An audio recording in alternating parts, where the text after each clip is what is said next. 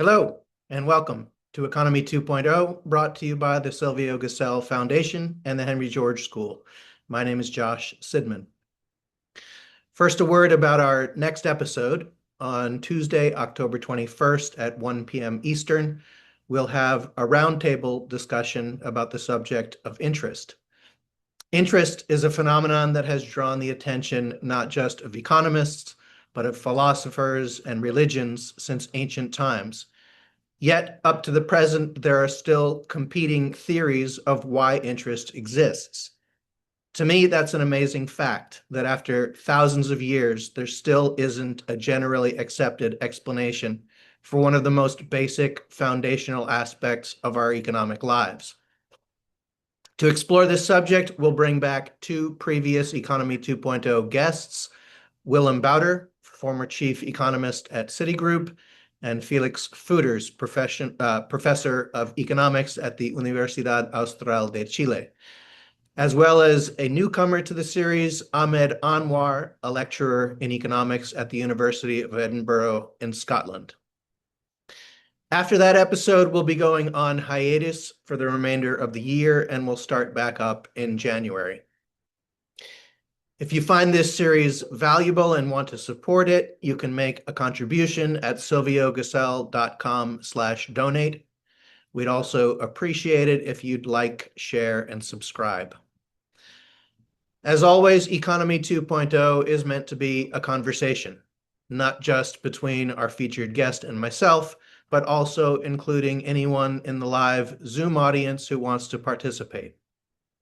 If you'd like to join in, just click the Raise Hand button under the React tab on your Zoom toolbar. And as a reminder, these episodes are recorded and will be posted on the YouTube channels of both the Silvio Gesell Foundation and the Henry George School. All right, let me bring in today's guest. Nicholas, can you turn on your camera? There you go. All right. Nicolas Franka joins us from Belgium. He's an economist and the founder of the Monetary Diversity Network, which, as the name suggests, is dedicated to making connections and fostering community among people who are thinking outside the box regarding alternative monetary systems and complementary currencies. When Nicholas and I first made contact, I recognized in him a kindred spirit in the sense that we're both focused on two things. One, the fact that our system of money is broken and needs to be fundamentally changed. And two, that there are many different ideas being promoted as alternatives to the status quo, and there's a need for dialogue between these people. It's worth noting that this second point is really what gave rise to this series, Economy 2.0, in the first place. As I talk to more and more people about my preferred ideas for reforming the monetary system, which of course are mainly based on the ideas of Silvio Gesell, I became aware that there are a lot of people thinking about this subject, but there's not a whole lot of dialogue going on between them. For example, you've got the positive money people, the Bitcoiners, fans of the gold standard, community currency advocates, and even those who seek to eliminate money entirely by finding other ways to facilitate the exchange of goods and services. And generally speaking, these groups are not talking to each other. People tend to gravitate toward one specific proposed solution and then only talk to and work with people who are pursuing the same solution. In my mind, that's a problem. Both Economy 2.0 and the Monetary Diversity Network are efforts to break down these silos and encourage dialogue between people who agree on the nature of the problem, but may have very different ideas in terms of what needs to be done about it. So Nicholas, welcome to Economy 2.0. Why don't you get us started by telling us about your background and how you came to create the Monetary Diversity Network? Well, first, Josh, I must thank you. That's a great honor, of course, to be on this show, to be able to discuss all those important topics with you. As you just mentioned, I really want to stress that out because you're so right. It is very important at the stage of history where we are at now that we bring together all those initiatives and those alternatives to really bring about change. And that's what has driven my work, indeed. So I came as a student in economics, at first from the, let's say, the positive money movement, or at least the um criticism of commercial bank created money at first stage. Funnily enough, I came through this realization through the libertarian school, so that was quite unintended from my end. Just through my readings in economics, I fell down on that criticism, and of course, I moved along that path in better understanding the fiscal and the political nature of money. And over the course of the past 15 years, I've mainly worked for NGOs or on my own terms, I would say, as a consultant or a teacher as well, on all those various topics related to money, both on the historical side, but also on the very practical side. I also believe, and that's one of the intent of the Monetary Diversity Network, which is to bring to light all the people who are actually working in the field, both lobbying or providing content, information, trying to get the word out. More importantly than further understanding of the core issue we are facing, I believe that the ability to take action is now what we lack and where most energy are needed. And that's why the Monetary Diversity Network, which is a non-binding network, so we are not, I'm not here speaking on behalf of anybody else but me. Every one of those organizations is, of course, entitled to its own thought and ways of proceedings. But we believe that it needs to take quite some courage to face the current orthodox economic dogmas to bring about new ideas. So it is in this light, with the underlying idea of democratizing money, that the Monetary Diversity Network has come out based on all those years of experience and I would say years in the field of dirtying the boots on the ground with practitioners and NGOs alike, especially here in Europe, but it's of course growing worldwide lately. So yeah, pretty happy to be here to discuss all those ideas. And again, I want to stress out the importance of the great work you are doing, and all those who are taking some risk sometimes, maybe also for their career, in discussing those very important topics. Excellent. So tell us a little bit more about what the Monetary Diversity Network does. What sort of functions, activities, publications, educational activities you guys are up to? Well, it's still at its genesis, I would say, but we have mainly focused on providing spaces for all those participating members to be able to share their processes about how do they go about to reach out new publics, for instance. So how can we share the events we will have, the latest publication that we want to bring to the world? So it serves more kind of as a reasoning chamber, if you would like. It also serves to provide some guidelines about where we could go about in the future and what kind of projects we could be building together. So can be about how to accompany regions, cities, or communities to develop their own tools. So there is a question of, okay, what technological tools are you going to be using, but also what's going to be the legal framework in which you're at, or various go-to-market strategy, I would say, very with that practical side on top of having the underlying philosophy and or the components and the understanding of what a mutual credit system can do, a commitment pooling maybe tomorrow, a local currency, a voucher system, a municipal currency, a regional currency. Well, that means nothing because we can, of course, have various ways to implement that about. And that's where the expertise of the network comes into play. And I hope we'll dive into the details of those so little known systems, though they could bring about so much change and so much relief on the pressure people are currently living when it comes to cash and liquidity and the simple accessibility of a payment media.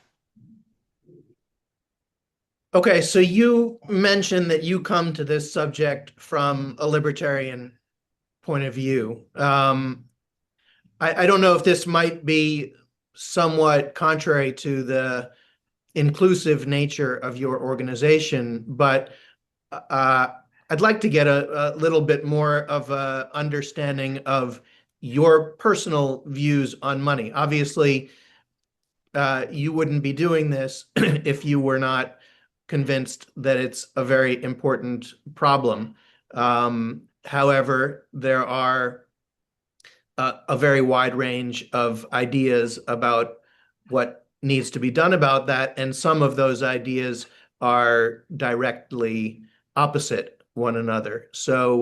Um, so can you talk about your evolution to becoming aware of the problem?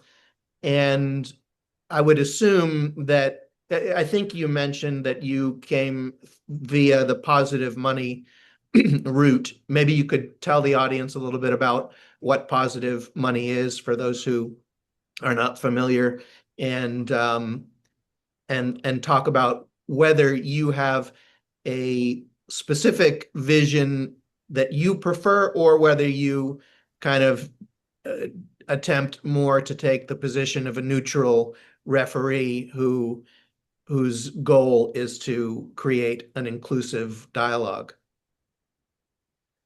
Well, on that last point, I think that sometimes we do take up a little bit too much time and energy in like cutting each hair in half, trying to find out what's the deepest, most rooted theory, while I've chosen the path of trying to bring solutions to reality. So I guess we'll get to the various diverse new tools we can bring into the playing field. But getting to your question, which I think it's obviously very relevant. So as I found out about that, well, a new door opened to me. I kind of had taken the red pill.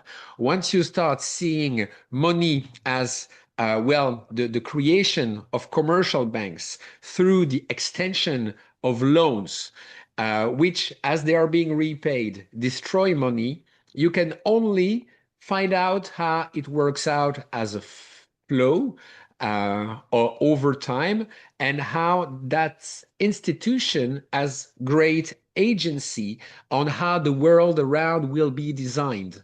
If a bank today decides to increase the amount of lending to, let's say, small scale farmer or small scale entrepreneurs and reduce its investment in fossil fuel or whatever, it definitely has a larger societal impact than most other agents within society could have. Now, getting into the details of economics, I would say, about it, my first finding was the discovery of the myth of intermediation. So when you start putting aside the fact that no, banks do not need to gather funds in order to loan, but that loans are the act creating money, that makes quite a big difference. And then only you can start moving on to assessing the impact of the overall monetary mass. How is it tamed? How does this supposed fractional reserve system works? And well, I'm very much of the Richard Werner school, I would say, in that sense, that, or Perry Mulling in the US, I would guess, who would find central banking to be so much more accommodating than restraining bank money creation, then at some point you can really ask which way the causality works. And are we faced with an agent who supposedly tames the sector in its natural, I would guess, envy to ever grow and to keep on lending as much as it's profitable, irrelevantly of the risks it yields on society. And well, what we have seen both in the US as in Europe is how central banking has first and foremost served to, well, ensure the continuation of the business of commercial banks, even in the face of terrible financial crisis and enormous cost to society and to the public taxpayer in their bailout. And as we'll see in the next one, the forthcoming bail-ins, which will further show how the central banking nowadays is more trying to preserve financial sector as it is, rather than ensuring that we are not facing a forthcoming crisis. And that's also because the capacity to limit the creation of money, or at least try to keep it in some certain link to the actual productive capacity of the sector. You will see an MMT hint here, but we'll get to more of that. In Europe, for instance, in the last 20 years, the monetary mass of the EU has more than tripled, 3.6 times increase in 20 years' time, while we've barely had a 1 to 2% GDP growth. So, of course, there is a hidden inflation, both in assets as it is today, and in the many ways you can hold currencies today while not applying it to actual purchases, so not increasing demand just as yet for the pretty much the same quantity and amount of goods. So further inflation is very likely to be expected as well. But back on the core question, I was so first realizing the importance of the role of banking and central banking obviously led me to think, hang on, those are like human or man-made institutions. Therefore, their workings are written on sheets of paper. They are carved into law. So they are of political nature for sure. So they are the results of, well, varying interests or parties who would rather have things work this way or that way. And so pulling back on the thread further, I could not help but dive into the emergence of banking during the medieval era and find out how, well, the role of public banks, whether it was the Tolla de Cambi in the early 15th century, or the Cassa di San Giorgio, or the Banco di Rialto in Venice, as they were battling to actually have publicly serving banking institutions. And I hope we get to define banking a bit further in a moment. I realized that there had been centuries or come and go about who should be doing the business of central banking and banking. Now, maybe for the audience, I'm getting a bit ahead of myself here. So let's maybe trace back to ancient times, and then we get back to what is banking to understand the evolution that has led to today's setup. So, as I told you, and I pulled on the string of finding out the mysteries of the banking and financial systems and of money, first and foremost, of course, I could not evade the paramount names in the field. Both the mind-blowing papers of 1913 and 14 of Mitchell Hines really hammering at the fiscal nature of money, at the importance of first the setting of units of accounts, and starting to hatch at the barter theory of money. I was, of course, very much influenced by anthropologists, Marcel Mauss, obviously, Marshall Salins, and David Graeber, unmistakably. And likewise, Michael Hudson, which I believe has made tremendous also advances in the field. Also, by the way, it is phrased and courageously so. So their understanding, which I will just repeat as best as I can, and which sounds so much more grounded in actual empirical evidence than is the Barther myth. So the Barther myth is the story that came out of the sky that fell down on John Locke, who figured that maybe people just had found a way to trade which was based on barter. Then at some point they realized that it would be easier to use a metal token, a metallic item, in order to facilitate those trade. And based on this root metal content, then we would have a scaled fractional banking, or at least new units of account who would serve to facilitate ever more transaction. It's still amazing to me how this barter theory is still so, well, deeply embedded in the general public. I mean, I teach at Liège University as well. The topic is monetary diversity. So I don't go into all of those details per se, but at some point I have to hammer at the fiscal nature of money, because as long as people keep having this barter view of the emergence of money, they keep on thinking about it as a commodity. So this is, of course, the commodity theory of money versus the credit theory of money. And the main flaw is that they see it as being naturally limited.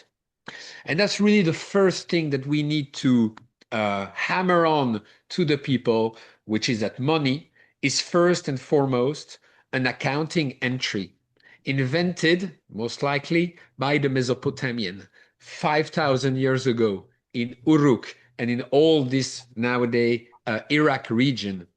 Temples managed by people who would write down with a reed stylus on a clay tablet what amount of grain you would have brought, and by the way, which share we would be deducting, because this would need to go and feed on the army, so taxation. And in this root event, we already have so much things to understand. So, of course, the accounting nature of money. And also, by the way, the fact that writing most likely was invented first and foremost to account for what the people owed as tax rather than to write poems. Furthermore, we see the pure fiscal nature of the tool. It is because the ruling king imposed some ways by which we would be counting what you would need to bring to the temple that we start having a unit of account, the shekel. Of course, you can represent that unit of account with a metal bracelet if you want, but still, it's not a commodity money, because all those numbers, like when John owes 20 bags of grain to the temple on 20 minas, as they would have, like as their largest item, what are we counting things into is still decided by the king, who, by the way, in those times and for centuries and centuries, would apply regular debt cancellation or jubilees, again showing how money is just writing or its accounting entries. And this we must keep in our minds to follow through the future developments. And so feel free to interrupt, of course, but I'm just so passionate about all those topics. I will maybe go on.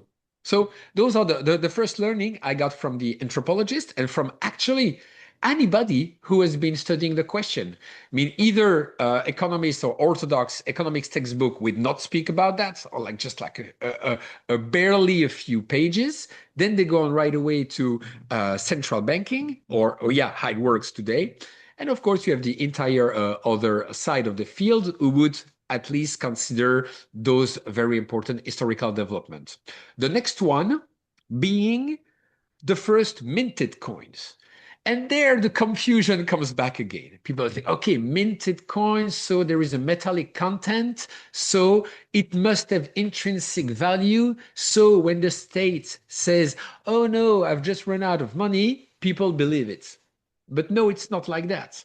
The media must be differentiated from the unit of account, or what you name the things in which you will be counting how much taxation people will have to bring in. So when in Lydia, followed right away, of course, by the Greek cities, Sicilia, Egypt, Darius in Persia, well, everyone find the technological innovation to be very useful, aka minting coins as a means to facilitate logistic aspects of military campaigns for, well, uh, military outposts to be able to buy food with this minted token from a population who would need to accept that. But now you're going to ask me, Nicholas, how would people who have never seen a coin in their life would start to say, okay, I will give out all I've hardly worked for to this military camp for some tokens which I can't eat. Yeah, they might be shiny, that helps in acceptance, but are they really worth their metallic content? The story would have that no, and in further times we have like a billion cases by which we can demonstrate that. But what's important is how it got accepted. And again, we return to the fiscal nature of money. It is because it is required to pay taxes that it creates its initial demand. And this pipe, which starts the first, let's say, core flow of money, is indeed with a relation from the public authorities and the people. But of course, certainly not the end of the story. And so maybe I'll cover some early on of the medieval banking before I'll leave you to jump on that, because I have found it to be even more something to be passionate about. So as the Roman times came in, by the way, marking down that the creditors would have their way, whatever happens. And something that's different change in the history of civilization. As for thousands of years, you would have debt jubilee, or at some point you just can't repay, so you have to do some cancellation to relieve some of the debt peon or the people who would need to be working their field. But Rome and its early creditor class made sure that this would no longer be possible. Was it a cause of their downfall? I don't know. But for centuries, their systems was followed up by what some economists call the anarchy of money, which shows both a misunderstanding of the meaning of anarchy and of what monetary systems ought to be like. So up until, and I would know best, of course, for Western Europe, where I live, and there is such a rich literature in France, the Netherlands, and England, that up until in France, Philippe le Bel would try and uniformize the currency circulating in the field, there would have been plenty of various tokens which would serve their specific needs or functions. And that's where the monetary diversity comes in. Maybe it is useful to have varying tokens which perform various functions on different scales and put in circulation by various institutions that would have different goals and purposes. So we would find that church tokens could be very useful on small scale communities. Some lowly lords could, of course, well, maybe not of course, but the people listening could, of course, mint their own token. And they could try to make it like as valuable to the outside world through their metallic content as they would want. This would be like a strategic choice to have. Or would it be simply like copper or whatever, because the point is simply to have an additional payment media and an additional channel, through which you could indeed get taxation.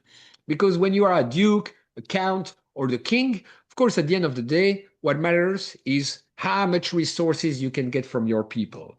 And the monetary token is a great way, logistically and for the people to understand, to ensure that some of their produce, some of their created value comes back to you. But then you have, of course, a hierarchy of those tokens and war in between who gets the privilege of minting those tokens. During the Crusades, for instance, there are great examples about that, where Saladin would choose not to mint the token with his own face, but of his former boss, whose name I would butcher, so I won't say it. And there are plenty of cases like that through history where you see it is a political a function to decide, okay, who is going to be minting that money and who gets, of course, the results of taxation into its own coffer. Besides that, what were the people doing? Because there is a misunderstanding, as can be induced by movies and so on, that the people will also have like their little pouch with tokens and so on. Well, most of the time they would not. They would just be living in their villages and in their communities. And there we can start and open the door about, hang on, how were the people, which we don't talk about usually through historical textbook, because we focus on the kings and queens and the emperors and the main and major development. But the common folks, how would they be dealing with one another? And that's where we have a realm of what is called today primitive monies or tokens or whatever. But behind that, there is the wealth of ways in which human communities, extending to villages, and some would have it even larger communities, to make sure that everyone feels okay with the way values is being distributed with the community. I'm phrasing it a bit in a vulgar manner here, but it's purposeful. Because at the end of the day, the point is that do we have a monetary system that is commonly accepted by everyone and indeed sustainable through times?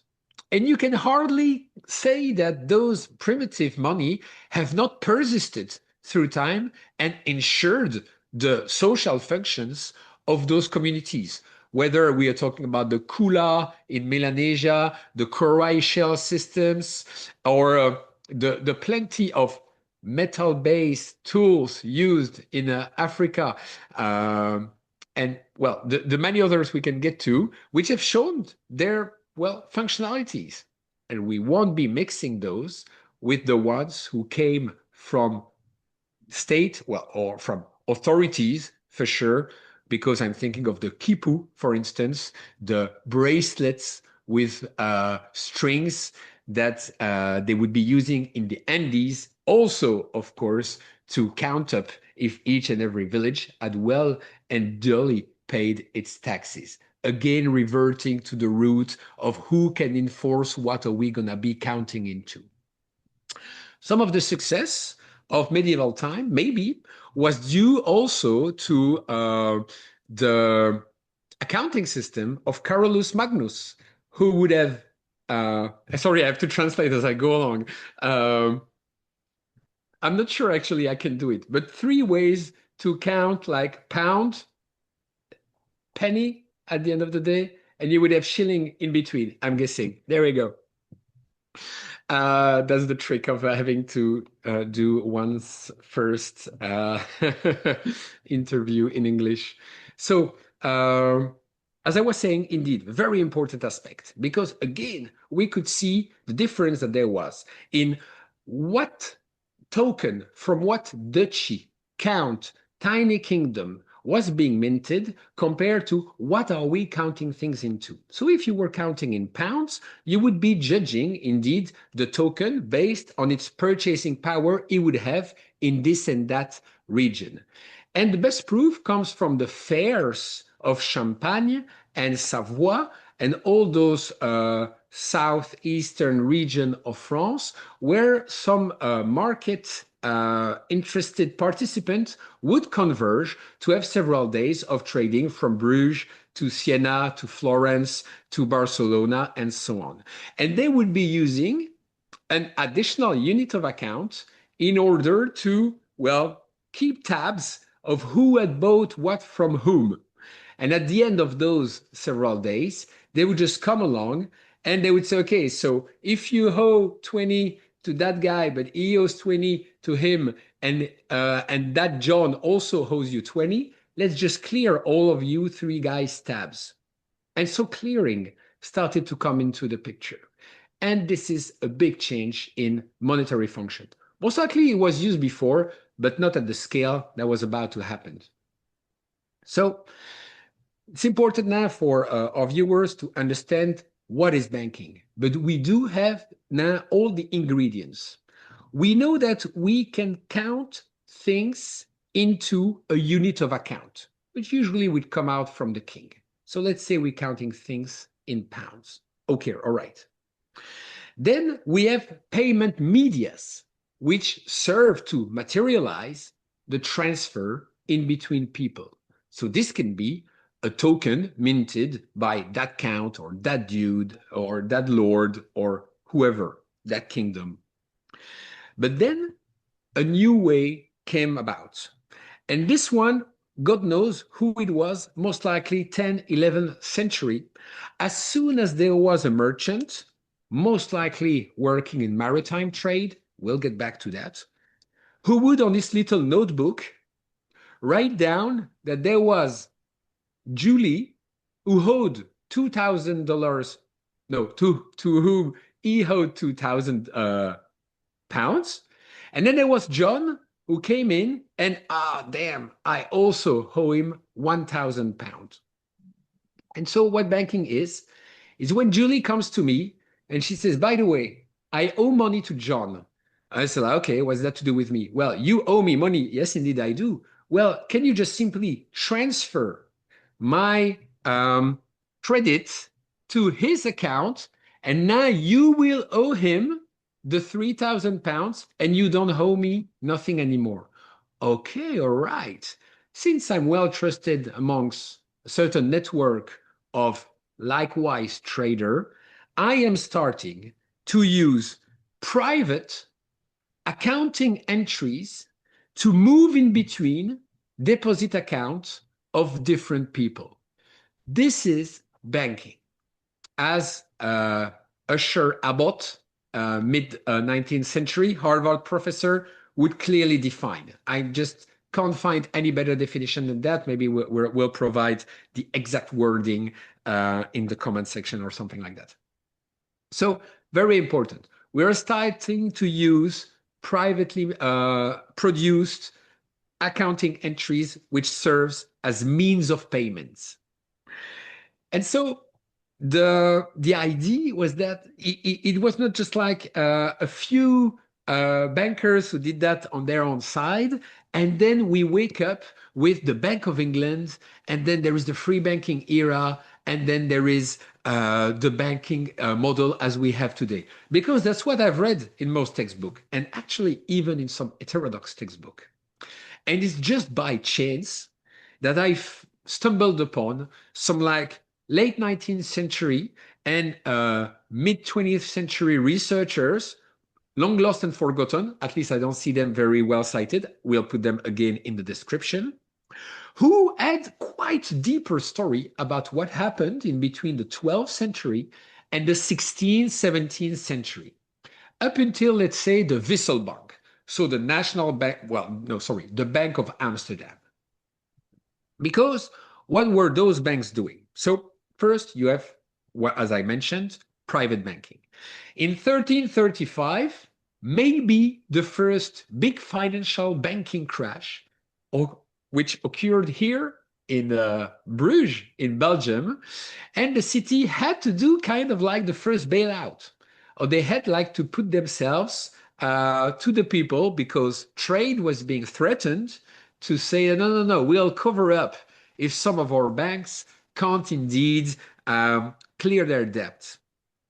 And it was the same in Spain, Barcelona, up until, well, in the 14th century, up until that point where it became so apparent that there was a need, a commercial need, and that's why I'm telling you it was very closely linked to maritime trade, because a lot of the newly created banking activities could make money because, you know, usury at the time was banned. So they had to find ways around this ban. And one way was to expect people to pay back late, so they would have a fee, which is kind of, yeah, like your interest. But the other way was to make a loan, which was actually a participation into the potential profits of uh, of a trade abroad. So like he would need to have like quite a lot of resources to put together a team of sailors and all that was required to go far off and to make a good deal in trade. So as part of this early financing of joint ventures, some of the early banking activities emerged. And the city of Barcelona, the Generalidad, found that it was A, so important for the activities of the city, and two, B, that so many times had those early bankers failed on their promises, that this needed to be a public endeavor. And so in 1401, the Taula de Canby was created as one of the very first, I would stamp my feet on the ground and say the actual very first central bank, because it was operating clearing activities, transferring between the accounts of those merchant bankers, I'd rather call them that way. But it was deemed so important and so strategic that it was a public entity. So this was not a privately held, but it was a chartered institution. The same would later occur in Napoli, for instance, and, well, in various other cities as the centuries went along. But there was the competing model from Genoa, where the Casa di San Giorgio was set in place to perform mainly the same functions. So clearing in between merchant bankers, I'll call them that way, and also capitalizing on the newly invented way to finance the state, but sorry, I must take that back, of producing a bond that would yield value to the holder of the bonds against the payment of taxes from the common people. That's how we should be calling those financial tools. From Venice, well, it was taken back again also at the Casa di San Giorgio as one of the new central banking job, aka packaging and selling government bonds, in that case, a city-state, as you would easily understand. But it was not the last functions they carried out, because they also bought from the city of Genoa. So I'm still talking about the Casa di San Giorgio, this newly formed very early central banking, whose story I want to get out because it shows half a centuries this has been a debate, a burning debate. And so the Casa di San Giorgio was operating another function, which I found absolutely fascinating. They bought future fiscal revenues from the cities, both as the gabelle, so like the tax gabella, I'm guessing, the tax on like salt, but also future revenue from taxations of some long lost islands which had been conquered by the cities. And they were also managing the police over there. Yeah, you see what I mean. So mind-blowing. We could go down further that rabbit hole, but I will conclude on that medieval aspect because this lasted for centuries. And in the 17th century emerged, as I mentioned, the Amsterdam Wisselbank to perform kind of the same function, but also facilitating the trade in shares. So we can see how, based on being the ones that manage accounting entries and having the ability to make transferring between accounts which are opposable to the public, because it's a very important function as well, I should stress out to our audience, which is, again, never lose the sight of the fiscal and political nature of money. And so we come to develop a politically supported private means of payment, which is put in circulation into the society. And the discovery that I'm glad to have stumbled upon was some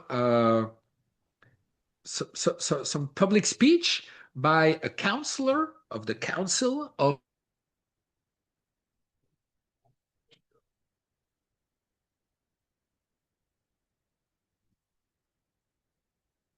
Nicholas has frozen up. Is the audience seeing him frozen up? Yep, he's still frozen. Yeah. All right. Well, let's hope that resolves itself. Let's see.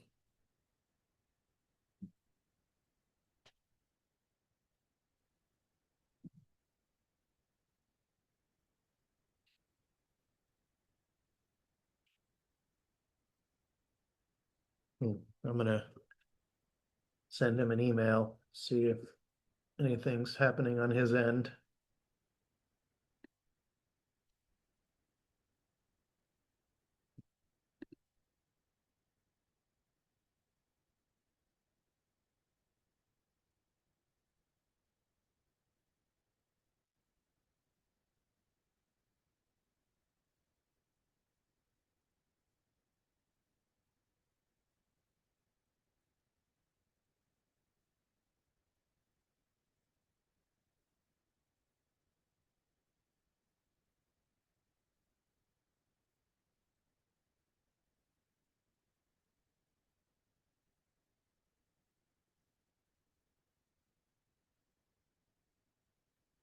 Oh, okay, now he's gone entirely.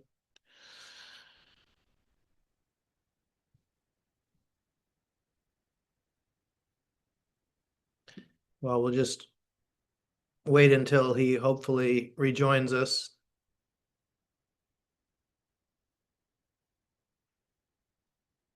I don't have any material prepared for this eventuality. If anybody in the audience has anything to say, now would be a good time.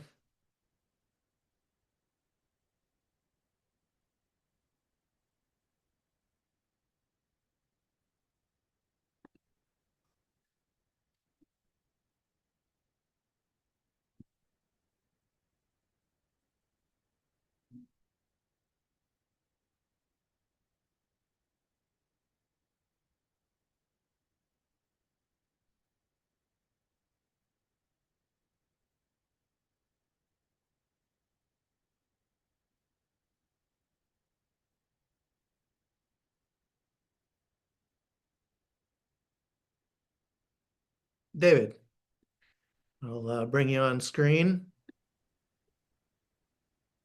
Welcome. Hi. I'm a little bit familiar with Michael Hudson's stuff. I've read some of it and seen quite a few of his interviews. And I was noticing when the guest was talking about how taxes came about, it reminded me of well, a couple things, but initially it reminded me of the story that Warren Mosler from MMT tells about the hut tax, where the British came to Colombia and wanted the natives to, harvest coffee beans. And in order to get them to do that, because at that point they had no need of anything the British had, they were living a subsistence existence. And so the British said, well, you're going to come here and work and we're going to give you pounds, because if you don't, we're going to burn your house down. If you don't want us to burn your house down, what they called the hut tax, you need to work on the plantation for X number of hours. You'll get X number of pounds to give us as tax, so we won't burn your house down. So I think the story he was telling was more or less the same. It's how do you give the money value, to the people that have been living without it, and that was the way they chose to do it. And it also reminded, I was following what he was saying about sort of the creation of banking and how it sort of came about. And I thought he was making a point that looking at barter as sort of the root origin of that is mistaken, and that it was more the accounting function of being able to clear private debts between people that led to banking. I really hope you get him back, because I was really kind of was following what he was saying, and I wanted to see where it was going. But I'll Yeah. just say one last thing on the subject of Michael Hudson. I read in one of his books, he talks about a subway stop that was built in New York on a subway line. They added an extra stop, cost about $3 million. And as a result of that, all the property along that stretch of the subway increased in value to the point that, that mile of property was now worth $6 million. And so he made the point that if all that increase in value from, say, the property was worth $3 million before they built the subway stop, and now it's worth $6 million, if that increase had been taxed back from the owners,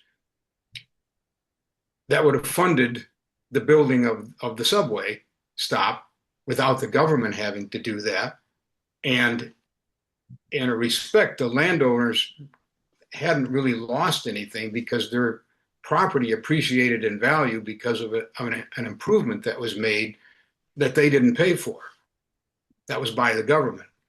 And so he made the point that, I don't think that's the ultimate answer, but it would be a better way of funding things than how we're doing it now if you could use something based on that, where that the appreciated value from government investment was somehow recouped rather than just passed on to the private owners because they happen to be the owners.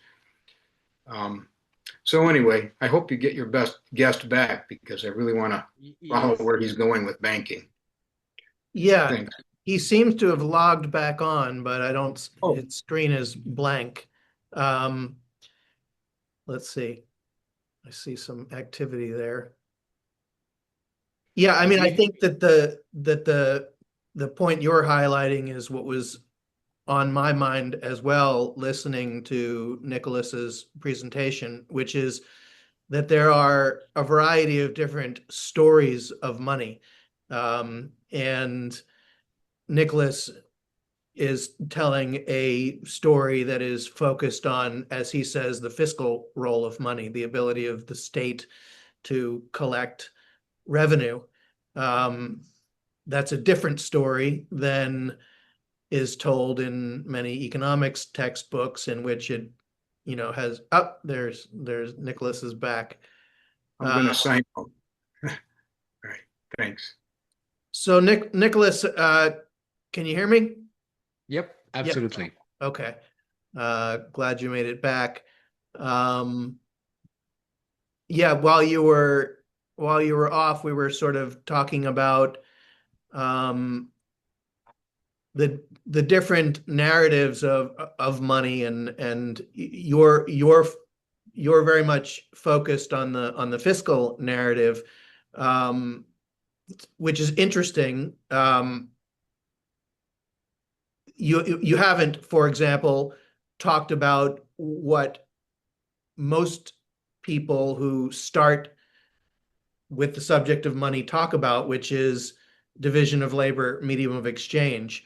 And I would imagine that the approach that you're taking would be objectionable to the very people who you said you sort of initially were a part of, the libertarians. You're making the state role in this process paramount.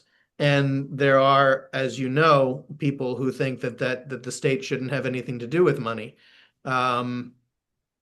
That's quite a U-turn, a turn away from what you were talking about. So I don't know how we want to resume this conversation. If you want to continue with what you were talking about, or address that, whatever you'd like. I will land on my brief history. I said mine in the sense that, of course, everyone understands it with its own eyesight, I guess.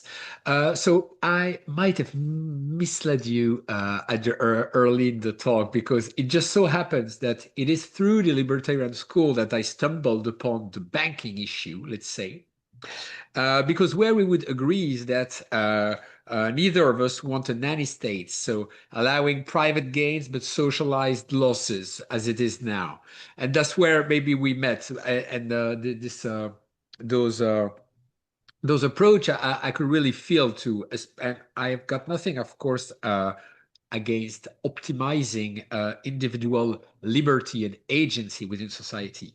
Just nowadays, I believe that it's foolish to think that it's each and everyone else, each and everyone against anybody else, but that we only run through societal constructs.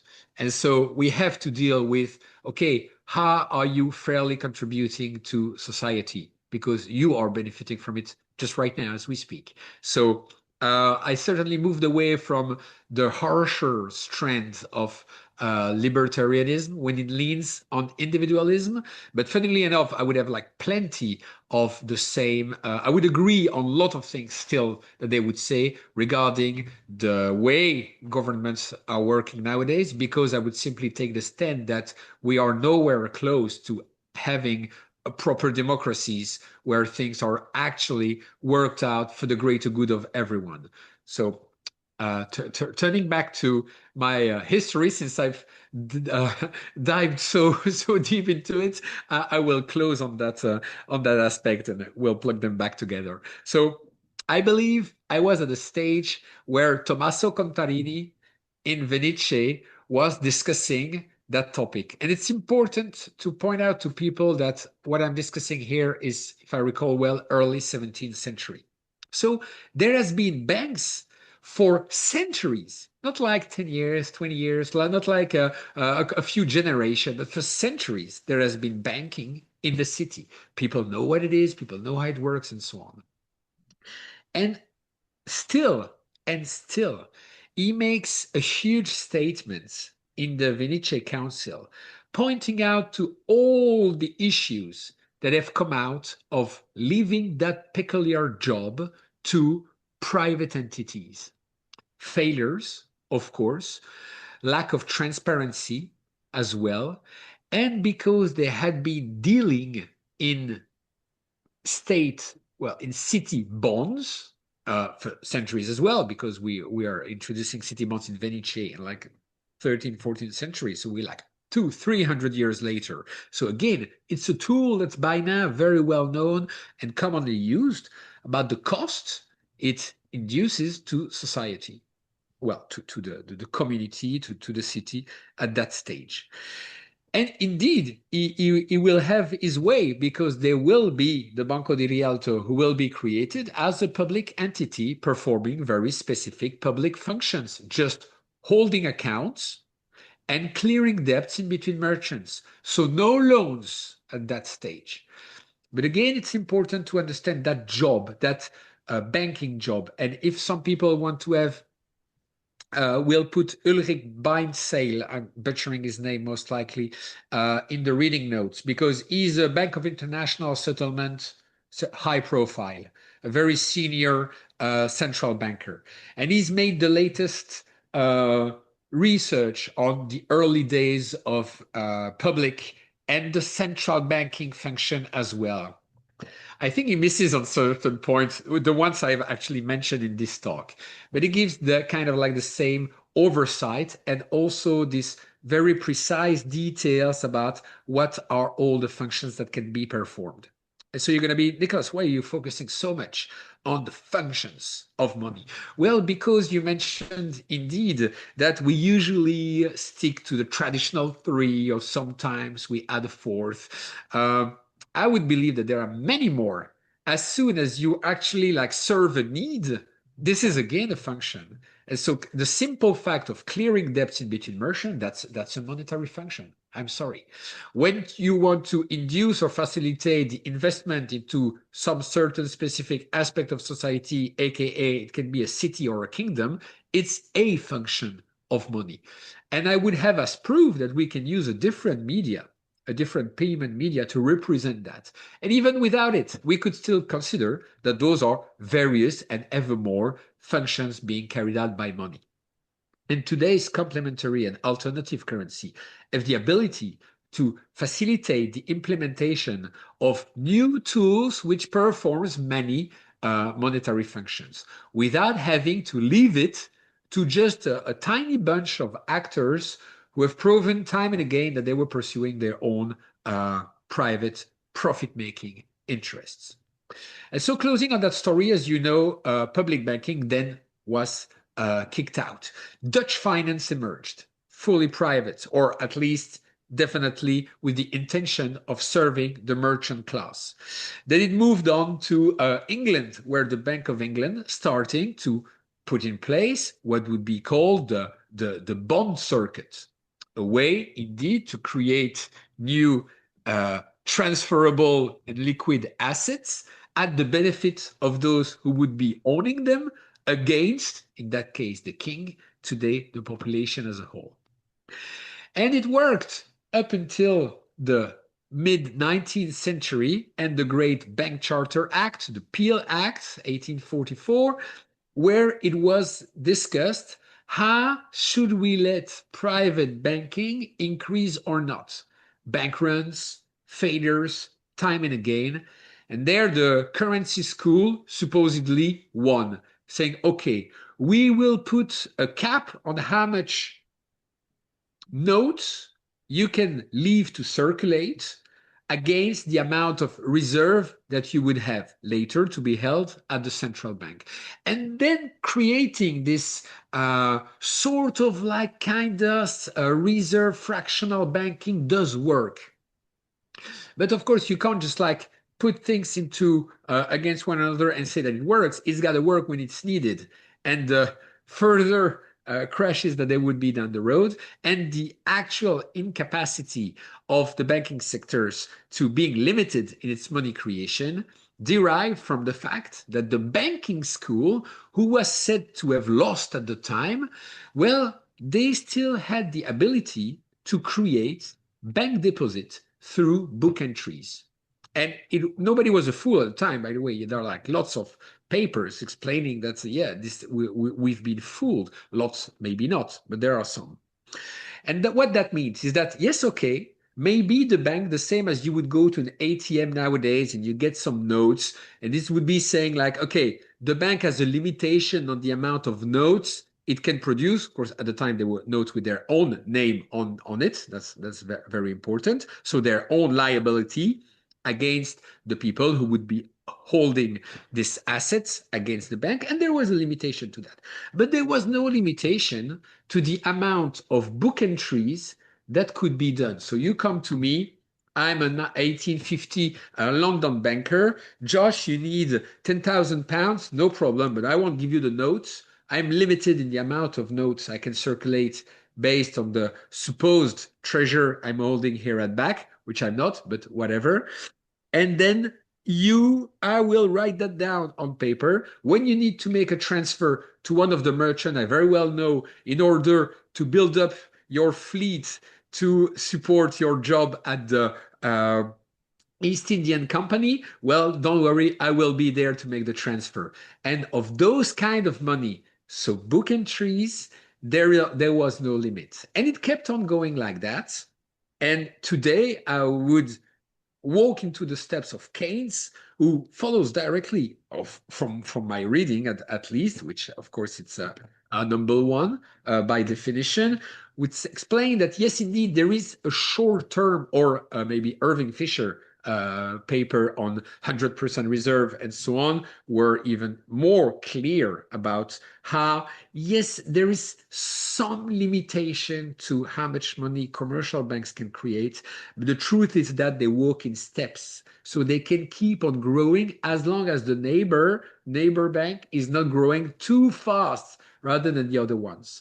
So when you phrase things that way, you start seeing a central banking as like the keeper of the playground.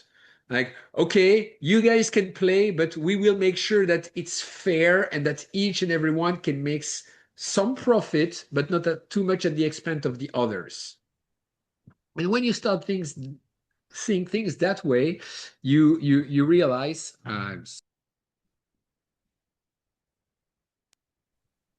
Sorry, I had a little interruption.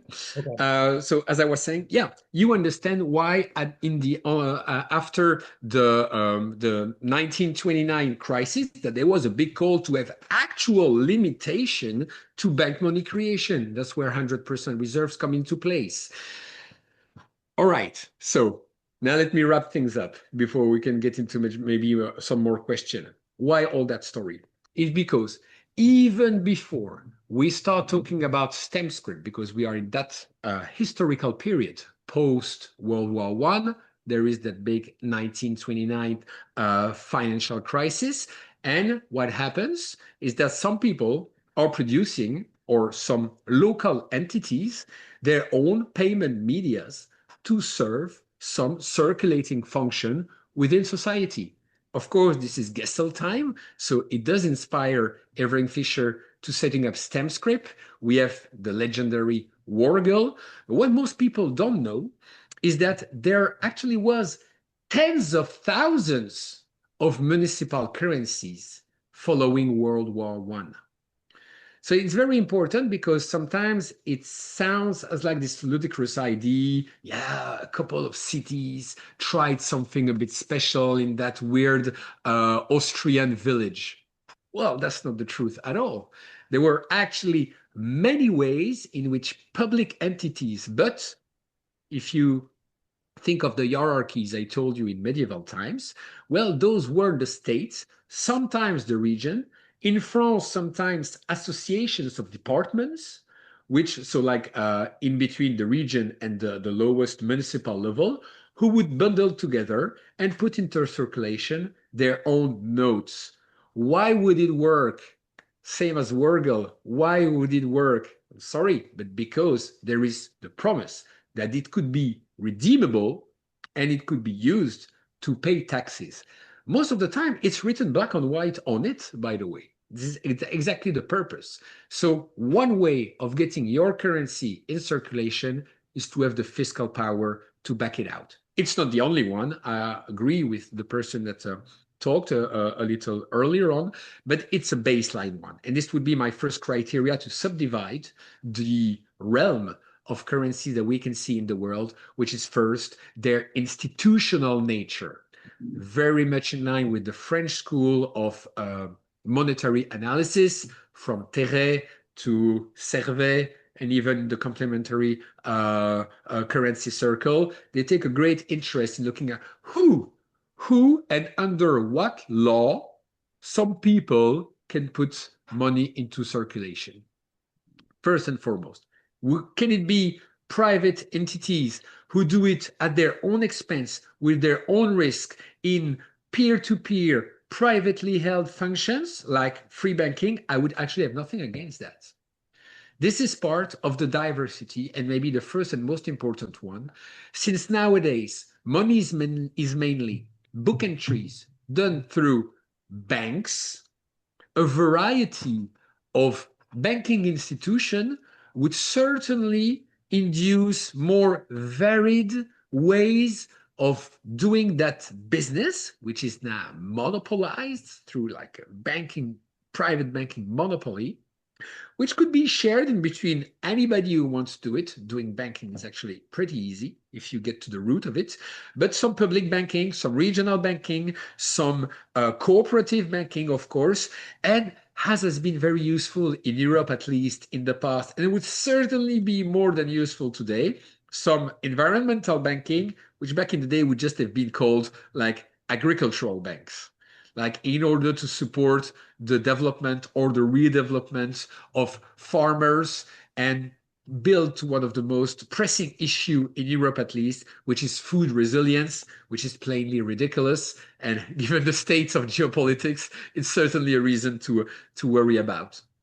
So you see institutions, various ways of doing banking, various institutional and political layer at this at what level it can be done, including the municipal level. So yeah, if I wrap it up, we could go on into all the complementary tokens and notes that were deployed during World War II, showing the military or at least strategic aspect that it covers as well. And now that we've come into ever more currency wars, kinda, well, we will be considering the new tools, the new medias which are available, thus including blockchain, or a topic I've worked quite a lot on as well, the new possibilities that could be offered by central bank digital currencies, which have been, at least in Europe, totally tamed down. So nothing is to be expected from that front. But again, it serves our public discourse to explain to the people that, look, again, this is an accounting entry done by the central bank, not a private institution.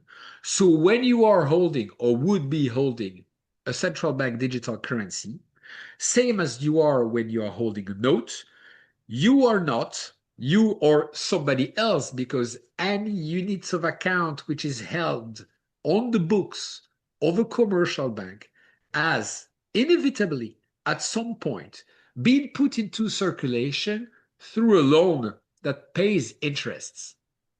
And so when you look at it that way, of course, the monetary mass is therefore interest bearing by definition.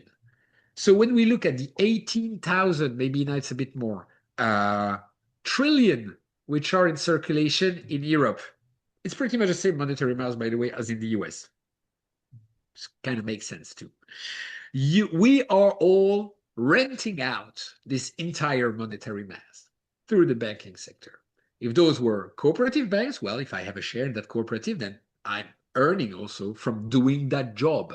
If it's a public bank, it's the public who gets the benefits from doing the job of banking or clearing, of holding accounts, as was the case centuries and centuries before already. So nothing new down the road here, simply the realization that, of course, it's a very profitable business, and those who would be holding it have all the interest in the world of ensuring that it keeps being their sole monopolized businesses. So democratizing money is trying to have as many ways of doing banking as possible, or and as many democratically led and managed ways. I would prefer, but it's not for me to decide what is best on my value. But if at least we would have a true and really fair competition of the various ways of doing banking, I'm betting that over the long course, people would prefer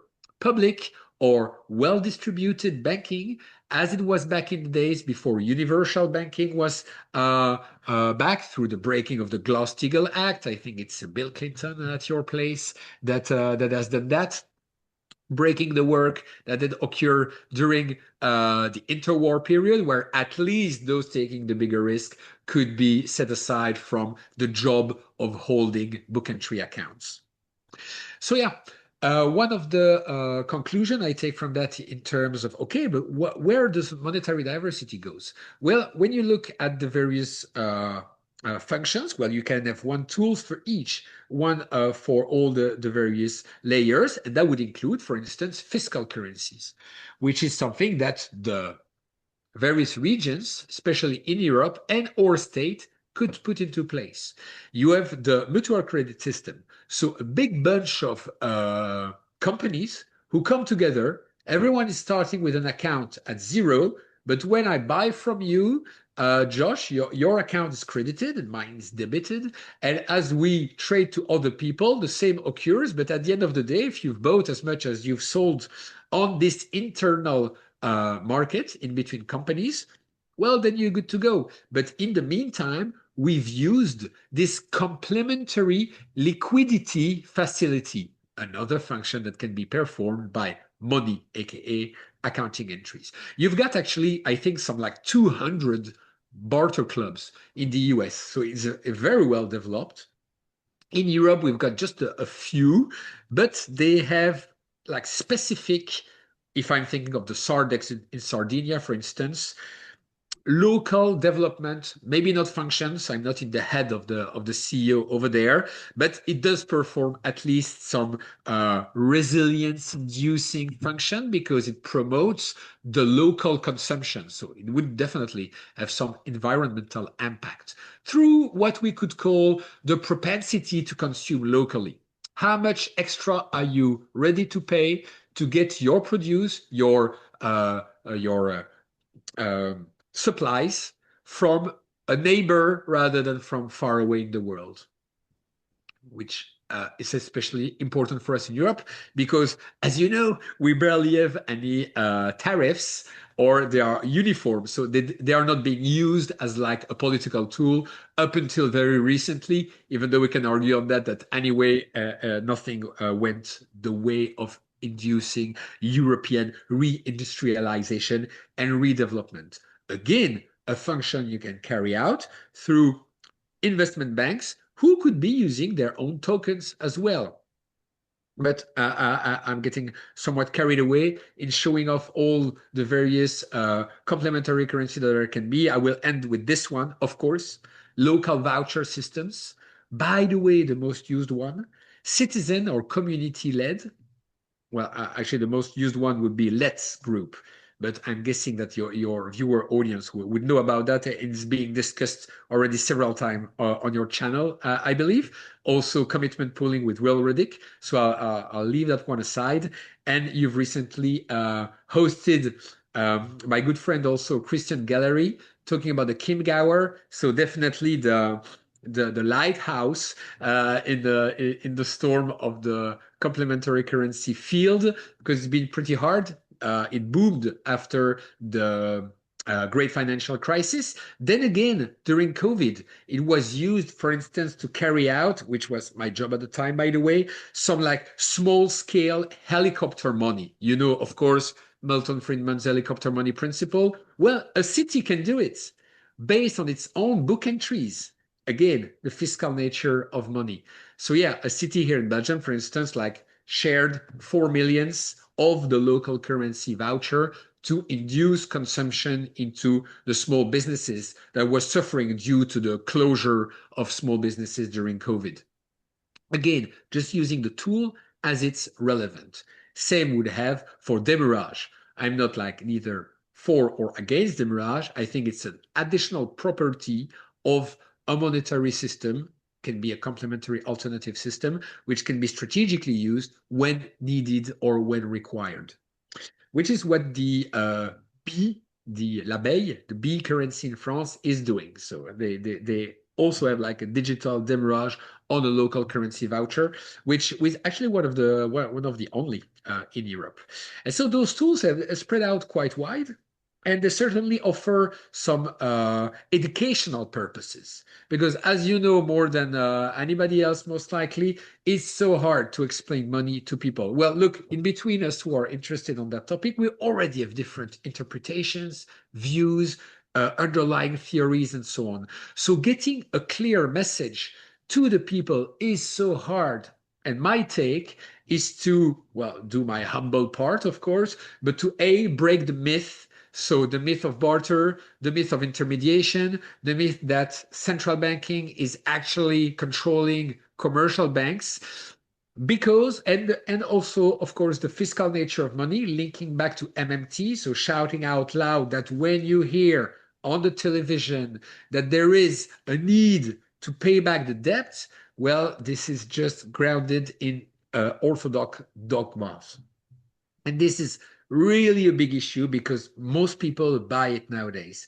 So the educational need is paramount, I would believe, and the on-field experiment, which people then can find out and discover more about money by doing it, because it's so abstract. I mean, some of us have had the chance or the woes of having studied economics and the monetary system, and sometimes we are too deep, and I'm definitely guilty of that, into these abstract things, and it gets it harder to understand, to make transparent the importance, I mean, the soul, how it is at the very center of, well, the mechanisms which any climate activist, any social activist, anybody who would actually want a proper economic development, prosperous for all, cannot avoid that topic. So we do need to get it out there. And that's definitely one of the main purpose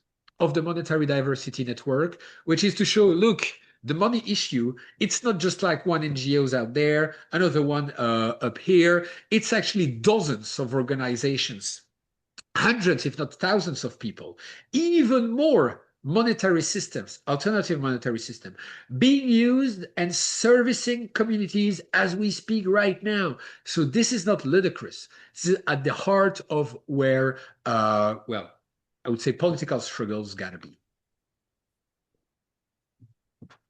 Okay.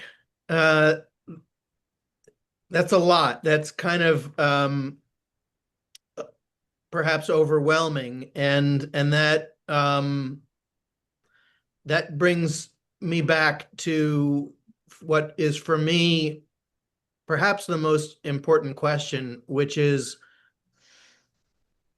how do you make this subject matter accessible to ordinary people? Or is that a desirable objective in the first place? Is money a topic which should be and can be understood by ordinary people, or is it simply too complicated and needs to be the domain of experts? I have my own, pretty strong views on that subject, but I guess that would be my first question to you: is money a subject that should be and can be the domain of everyone, or is it a complex subject which is beyond ordinary people, and the expectation that it can be made accessible to them is an unrealistic expectation in the first place? Well, first, I can't wait to hear your view on that as well. It's a very interesting question. If you keep it at like ISLM model, Taylor rules, how will the bond market evolve based on whether or not this quantitative easing is more based on tier one assets held at the central bank because we've selected some countries and not the other ones? Of course, everyone's going to get lost, and this leads nowhere, in fact. So I believe that we need to take money at the root. And that's why I've also started, even though a bit too late, but by Mesopotamia, by the basic rules.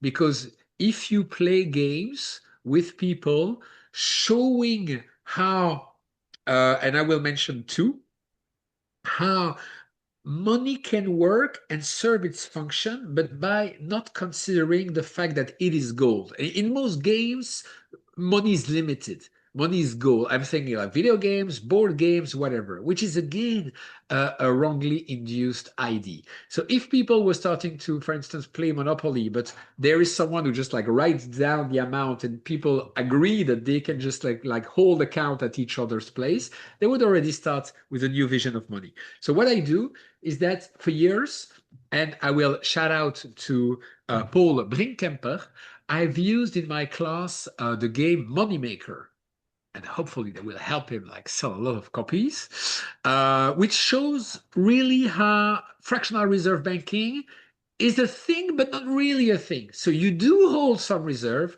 but by being able to play around with your credit holdings and so on and evading bank runs, the same way, by the way, banks in the EU are working right now. They're just cleaning their books before they get like the stress test, and then they can just start doing a business as they were doing just before, with more risks being taken. So that's one thing, but I assure our viewers that this was not planned.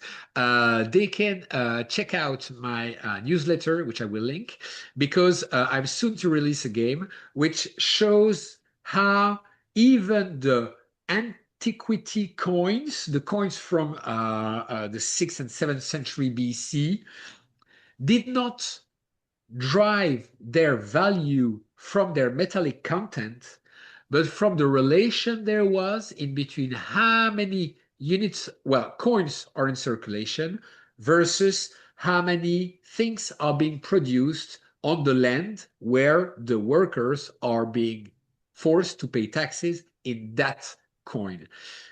Quantity of coins, which is based, of course, on the amount a king would spend versus the amount he would destroy from taxation. So that's falling right into MMT, but chartalist theory for me is not even something to be discussed. It's empirically proven. The need to prove it other way should be in those who are claiming the natural emergence of money because they have nothing to back that down. Okay. How do you respond? I would imagine you must hear frequently, given the nature of your overall narrative, that the whole linchpin of what you're talking about is uh, is an abomination. The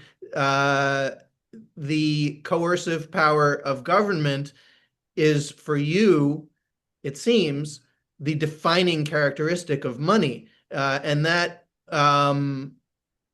at least as far as I understand, thus far, your perspective leaves, for example, Bitcoin, which anyone who watches this series knows I'm no fan of,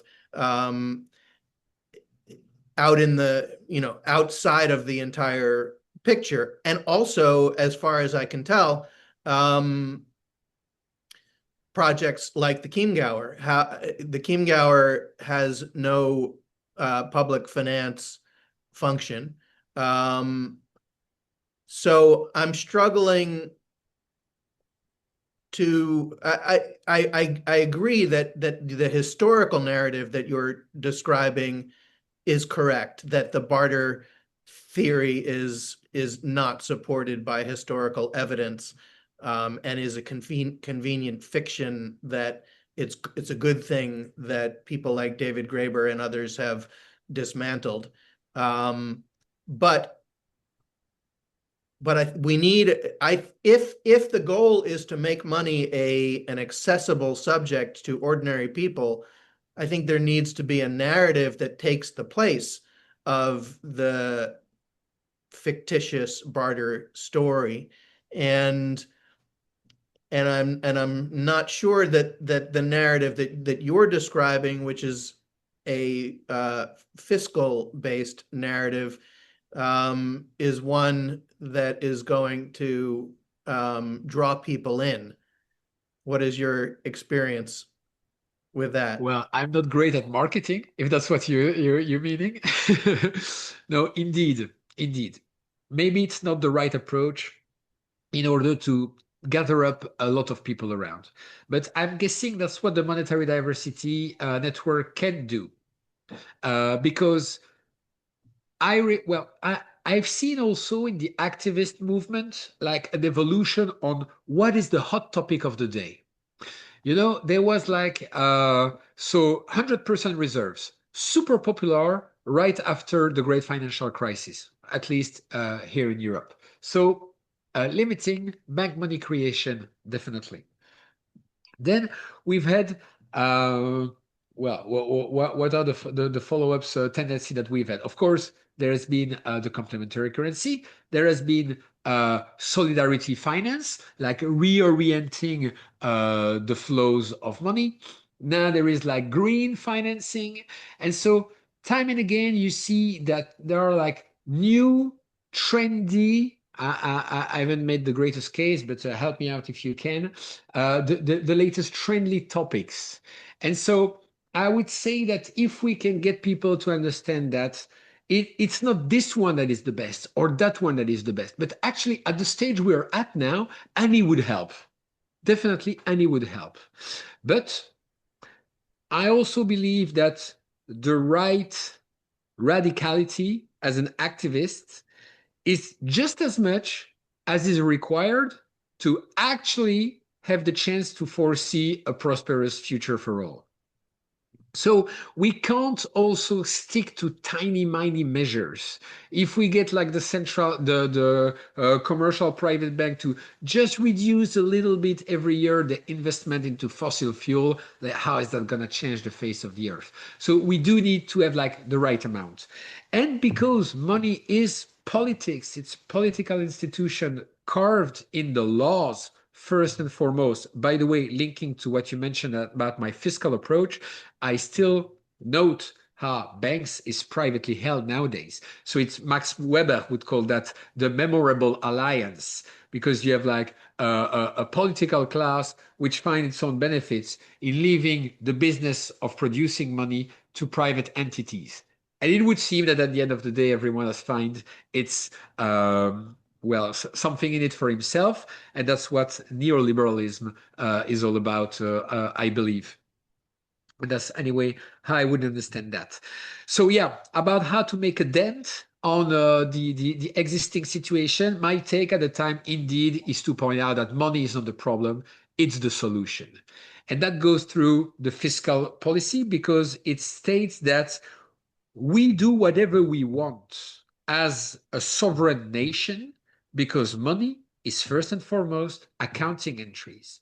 There is no force from another planet who can stop us from taking book entries and just transforming whichever they way. An easy way to see that is that was also a popular trend in 2012-15 when we started to see quantitative easing in Europe. And so there was a big trend at the time, which was quantitative easing for the people. As long as we might be creating new money, which was only central bank reserve money, but that's also something that was pretty hard to explain at the time, we could just give it out to people. Something that seemed ludicrous, which is not at all happened plenty of time through history. And it would have like some good basis because at the time, let's remember, in Europe, we had an inflation issue. There was not enough inflation. We were fearing stagflation, the terrible woe, isn't it? I'm kidding, of course. It just depends on what's your development policy, whether or not more or less inflation is better. So I'm agnostic on that front. And yeah, at the time, using central bank created money to do something, in that case, helicopter money, but it could be to have like some new financing capacities or to take back some state debt as is being done now. So today, in Europe, like my country, Belgium, would sell its bond on the private market, who the private market and banking sector who can sell it back to the ECB. And just so we have like state financing, but through a private party who makes profit out of that. Those are, again, just accounting entries. So getting that to the people is the purpose here is to tell them, yes, we can do stuff. We are not like physically limited in the sense like the material elements. And that's, I think, is because of the barter idea of money, of the commodity theory of money, that people have that in mind.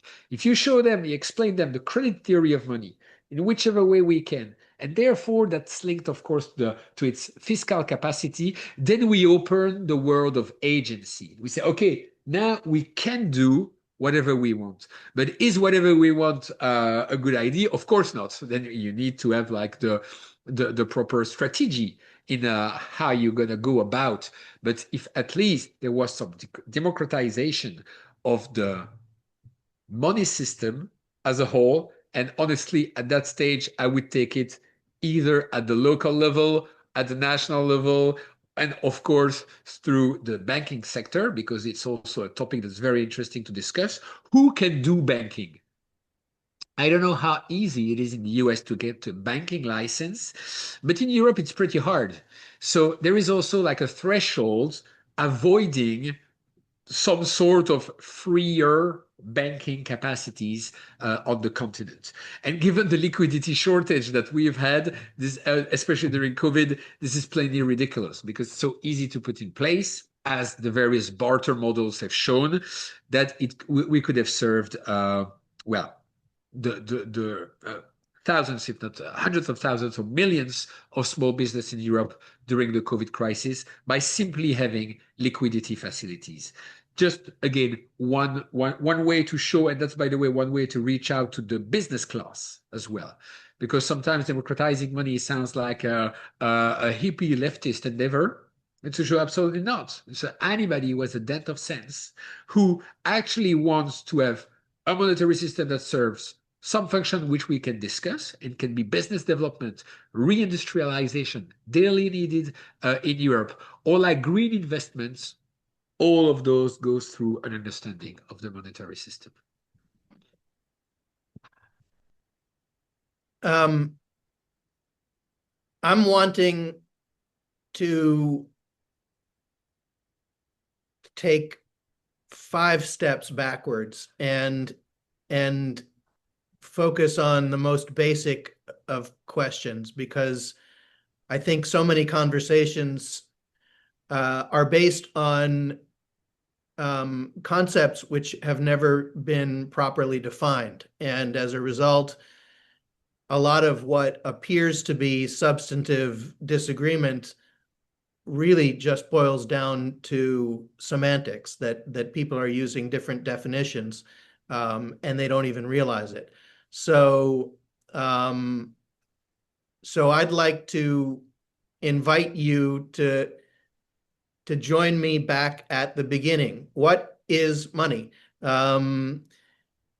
Because I'm still struggling to see how the definition that you've laid out can be applied to such things as cryptocurrencies, regional complementary currencies, not to mention non-monetary exchange models like LETs, like commitment pooling.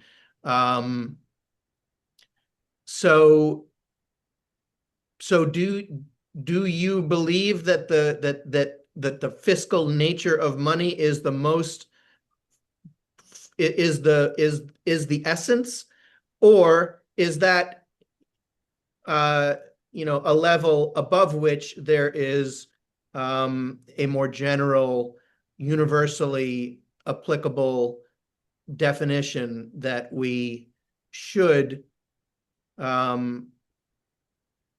discuss and define, and make sure that we know that we're on the same page in terms of just having a conversation with consistent definitions?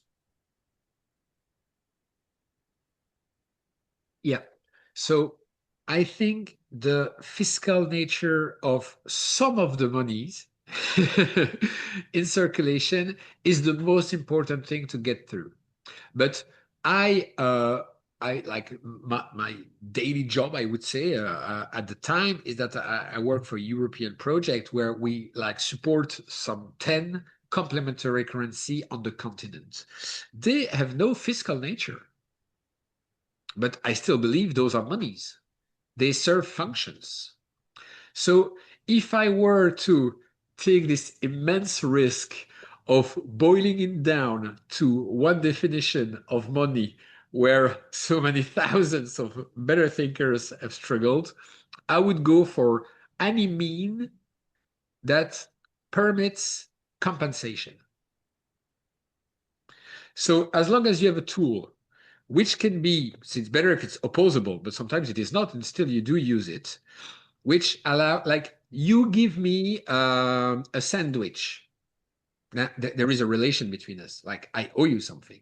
I need to compensate. So I will give you some dollars. You accept them. We are compensated. Sorry, I'm mistranslating here. Clearing. That would clear obligation. I should write. Yeah, sorry about that. It's late here in Europe. So anything, any media that allows clearing, that allows us to feel good about previous transaction or previous commitments we have in between one another. All right. So in the barter systems, we just do that. We just like clear our obligation. In a fiscal monetary system, that's just what it does. Like, you have to pay your taxes. You have an obligation to me.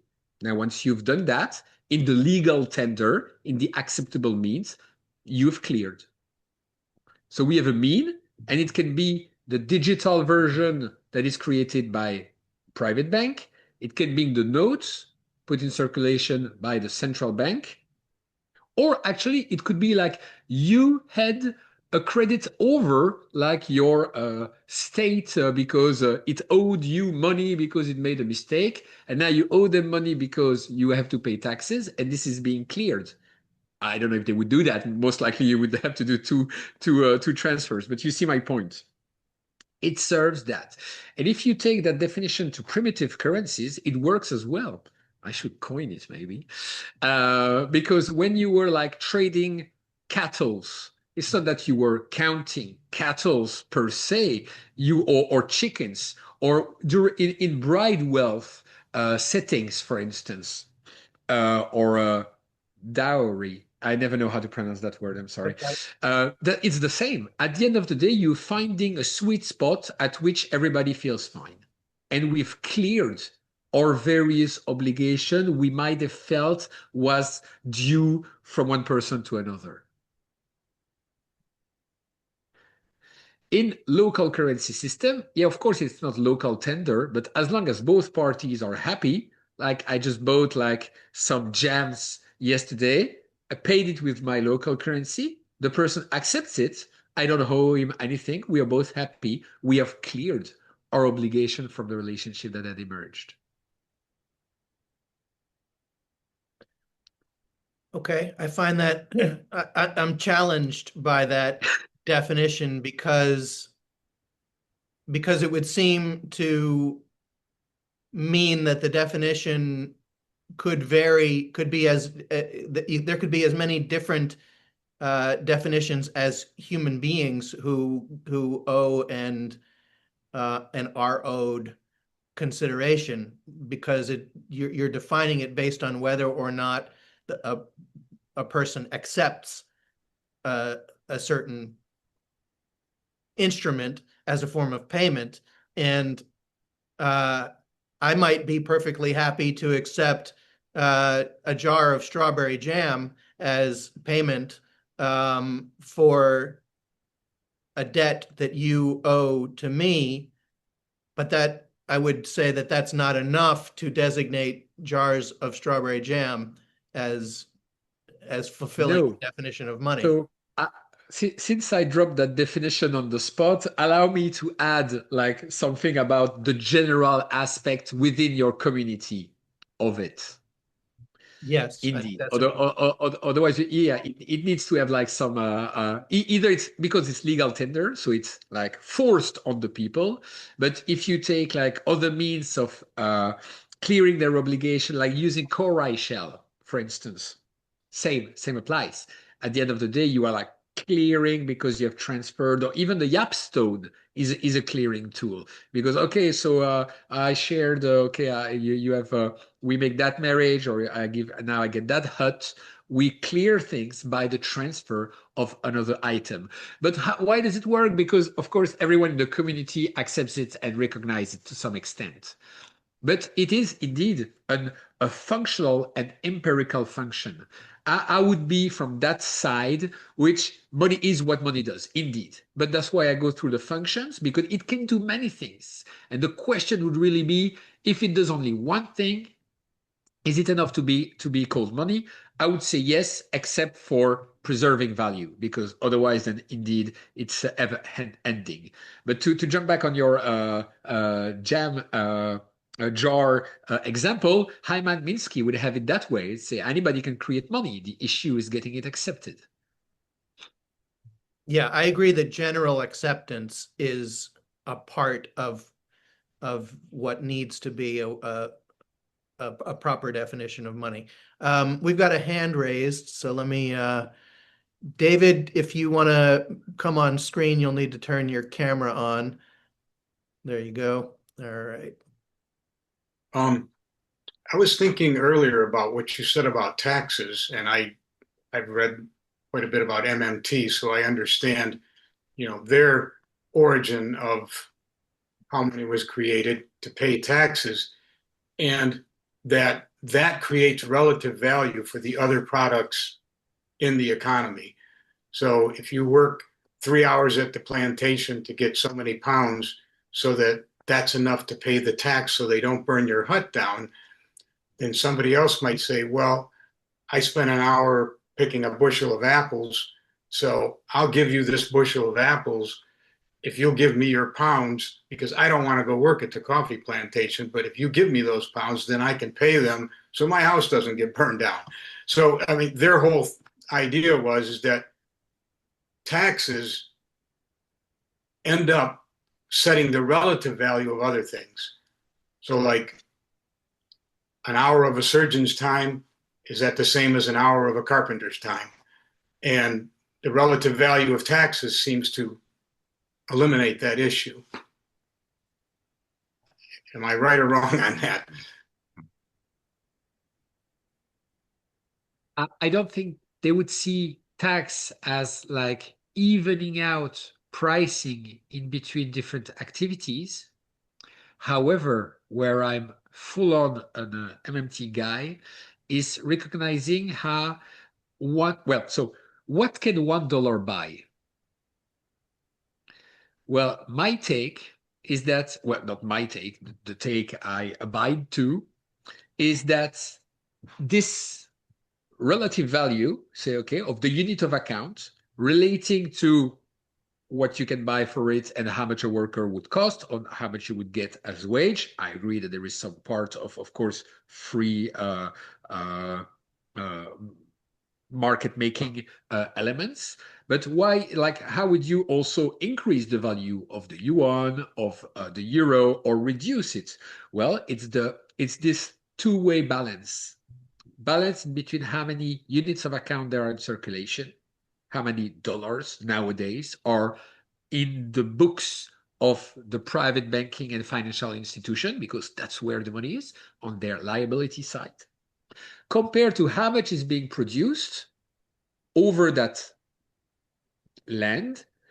And therefore, well, not therefore, but and the second pipe is how much units of account are in circulation depends on how much the government would proactively put in circulation versus how much it would take back from the population through its fiscal propensity.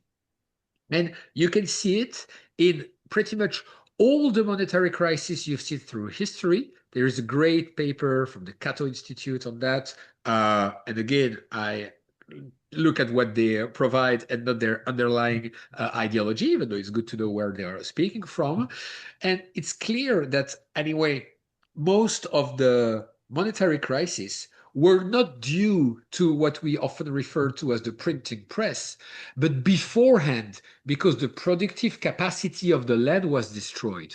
Weimar Republic, the traditional Zimbabwe case, and so on. So there is always this consideration to have.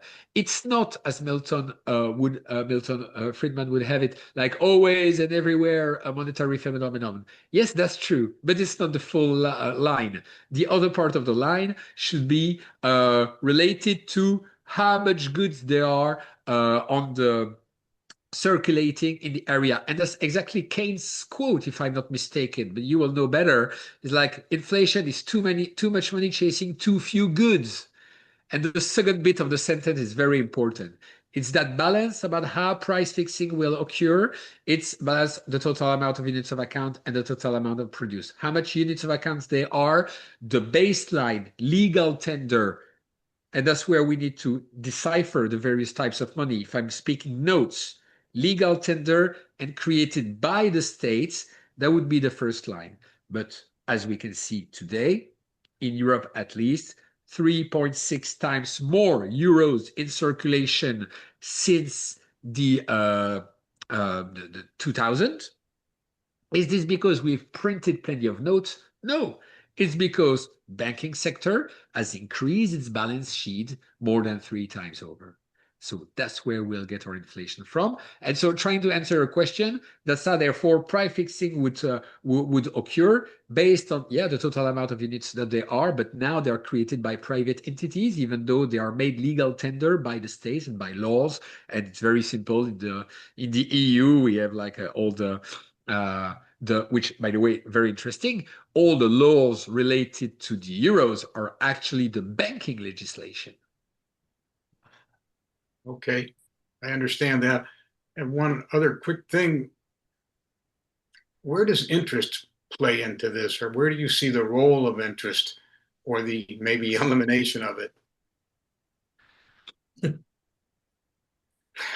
Well, I Well, I really don't just want want to to say one spoil thing. the I next tuned talk. into this to get a drink of water, and Maybe I feel it's a like somebody teaser shoved bit a fire hose for down my throat. But anyway, the well, Yeah. well, I would not take interest per se. I would say, okay, there are many ways in which we can like say that we have a debt which has accrued in the how much pain you have to give out in order to get it back.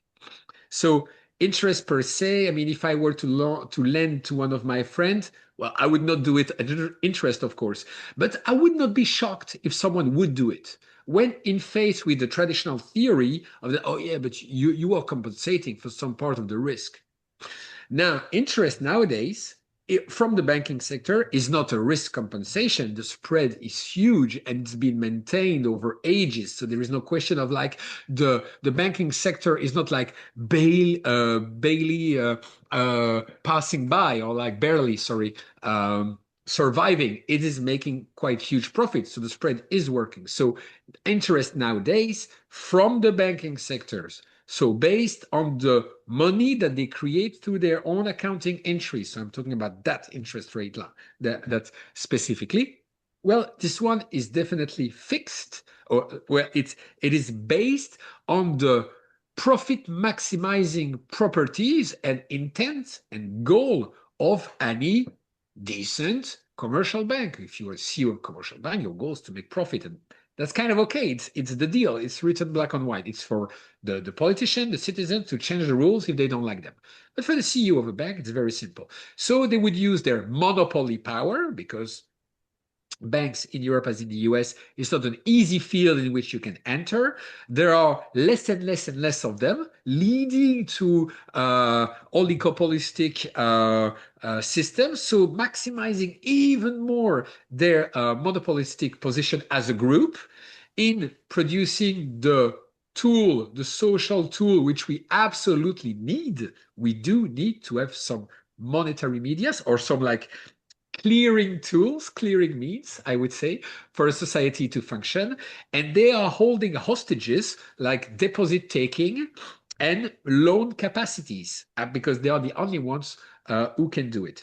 And because they hold that monopoly, then they can charge the monopolistic interest rate. So agreeing with like some more libertarian, if we had actual free banking, most likely they would struggle a little more. And so interest rate in that case would be reduced. But nowadays, interest rate to compensate inflation is just us, well, the people running the rat race, but for the sake of the banking sector. So we kind of have to, but it's not the people that induce themselves the fact that there are more money, that there are things produced on the ground, aka inflation, because it's mainly loans for existing assets, so housing and so on, or fields or forest. So in that case, it's purely inflationary.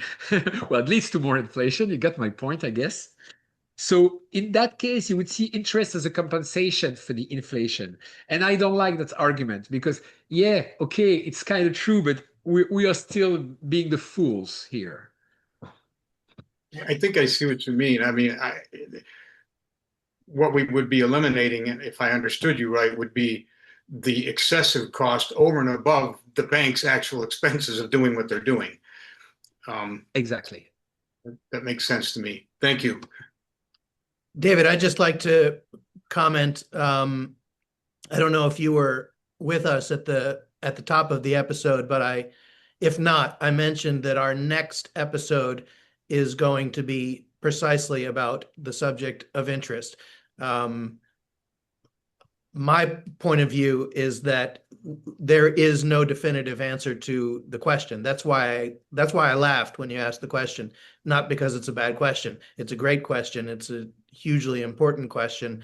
It's a question which has been wrestled with by economists, by philosophers, by religious scholars for thousands of years, and somehow has not been definitively answered yet. And so it's So my reason for laughing is because it's such a huge question that there's no conceivable way we're going to answer it in the 5 minutes we've got left here today. So I hope you'll join us next time, which is in 2 weeks' time, which will be a conversation specifically on that topic.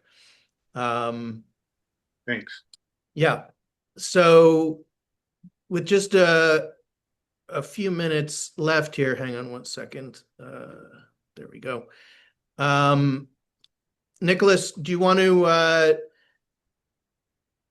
clue us in on what you're doing, where we can find you, ways that people can learn more and get involved with your organization and all of your different activities? Well, yeah, thank you for that opportunity. As everyone, of course, with who is trying to get some ideas across, I've had to make my peace with going on social media. So I am now. So people could be following me. Well, on I guess we can put them into the description. I have my own website and a YouTube channel. It's solely in French up until now, I guess, since I can provide some snippets of this excellent talk, by the way, Josh. Allow me to thank you again for that amazing opportunity to be speaking here. And yeah, the Monetary Diversity website, we have like loads of things coming up, but we're also learning as we go along because yeah, they're seeing that there was a need for this network to be put in place. So it will increase its capacity and definitely serve as a reasoning chamber to, well, tell the world about what is happening in the on the various monetary fronts, if I can put it that way. So yeah, I'll try and improve on my communication. Definitely, if you go on my website, check out the newsletter. Is the most important to keep updated with my work. All right, excellent. Well, send me any links, any resources that you have mentioned and want to have listed in the description of the video when we post it on YouTube, and then people can reference that. So Nicolas, thank you. It's been a pleasure talking with you, and I'm excited to have connected with you. I believe that we first connected through this series, which just reinforces the idea that what we're doing here is worthwhile. Because if it wasn't for this series, you and I would probably not know of each other's existence. So it's working, at least on a small scale. So thank you, and great talking to you, and we'll keep in touch. Absolutely. Thanks to you. It was great. And yeah, I hope we meet again online or live. Excellent. All right. See y'all See in you. 2 weeks. Bye-bye.